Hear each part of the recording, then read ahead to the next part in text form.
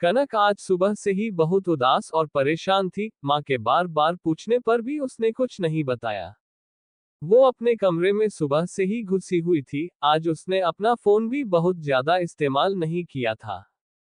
दोपहर का समय था। घर में लंच की तैयारी चल ही रही थी। सुशीला खाना टेबल पर लगा ही रही थी कि उसके घर की डोरबेल बजती है। प्रेम, जरा देखना कौन है दरवाजे पर। मेरे हाथ में खाना है, सुशीला ने अपने बेटे से कहा। रुक प्रेम, मैं देखता हूँ, कहते हुए राकेश दरवाजे की ओर बढ़े। अरे प्रेमा जी, आप आइए आइए, अंदर आइए। मुस्कुराते हुए राकेश ने हाथ जोड़े और झुककर प्रेमा को अंदर आने को कहा ही था कि उनके पीछे सुशीला आ चुकी थी। अरे प्रेमा बहन, आप सब ठीक तो है? आइए, आप बिल्कुल सही टाइम पर आए हैं। बस खाना लगा ही रही थी डाइनिंग टेबल पर, सुशीला ने प्यारी सी स्माइल देते हुए कहा। हाँ, वो सब तो ठीक है सुशीला, मैं यहाँ कोई खाना खाने थोड़े ना आई हूँ।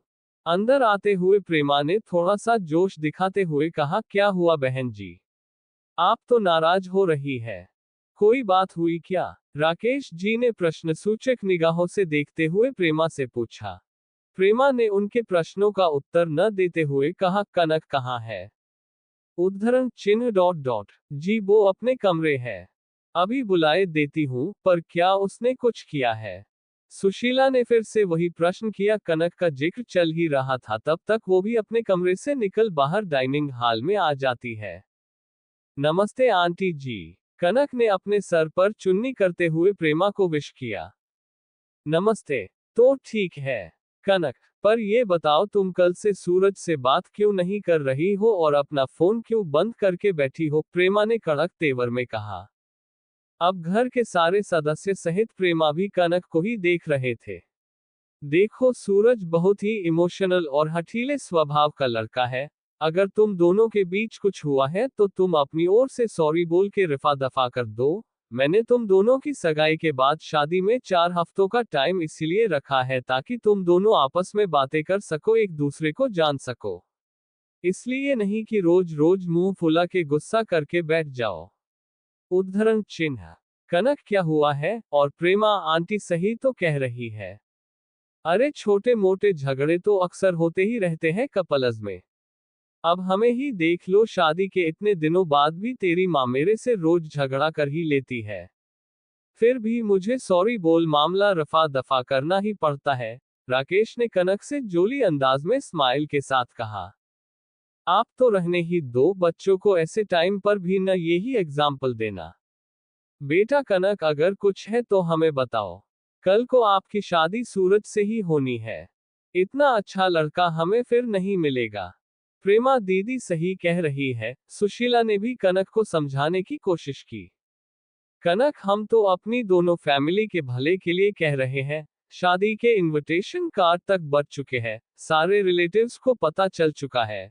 अब अगर कुछ होता है तो क्या कह के उन्हें मना करेंगे? ये हमारी दोनों फैमिली की नाक का सवाल है।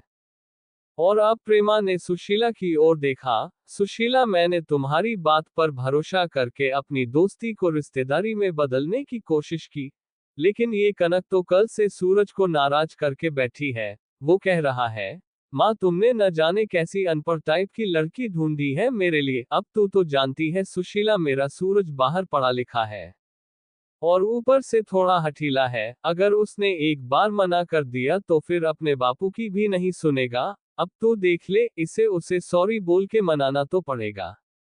अब कनक कुछ बोलती उससे फाय ही वहां पर बैठी कनक की छोटी बहन डॉली बोल पड़ी। दीदी क्यों सॉरी बोलेगी जब उनकी कोई गलती ही नहीं है? सॉरी तो आपको और आपके बेटे सूरज को बोलना चाहिए। डॉली की बात सुन के सब हक्के बक्के और हैरान होने लगे। क्यों डॉली, ये क्या कह रही है तू? उद्धरण चिन्ह। हाँ, मैं सही कह रही हूँ।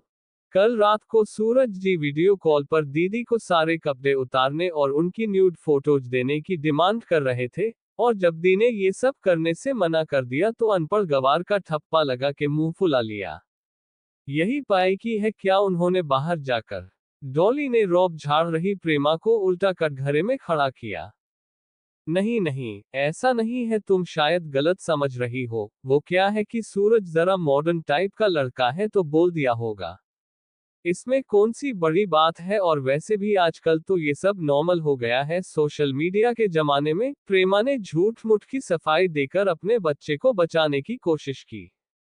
अभी तक शांत और मां के गले लग गई थी। आप सही कह रही थी प्रेमा जी, कि ये हमारे दोनों परिवार के लिए इज्जत और नाक का सवाल है। पर अब सोचने वाली बात यह है कि नाक किसकी कटी है, आपके परिवार की या हमारे परिवार की। अगर आपको किसी भले घर की लड़की के न्यूड फोटो मांगना आधुनिकता और नॉर्मल लगता है तो ये काम आपको मुबारक हो। ये सब हमसे तो न हो पाएगा। राकेश जी ने अपने दोनों हाथों से अपने आंसू साफ किए और फिर प्रेमा के आगे हाथ जोड़ लिए।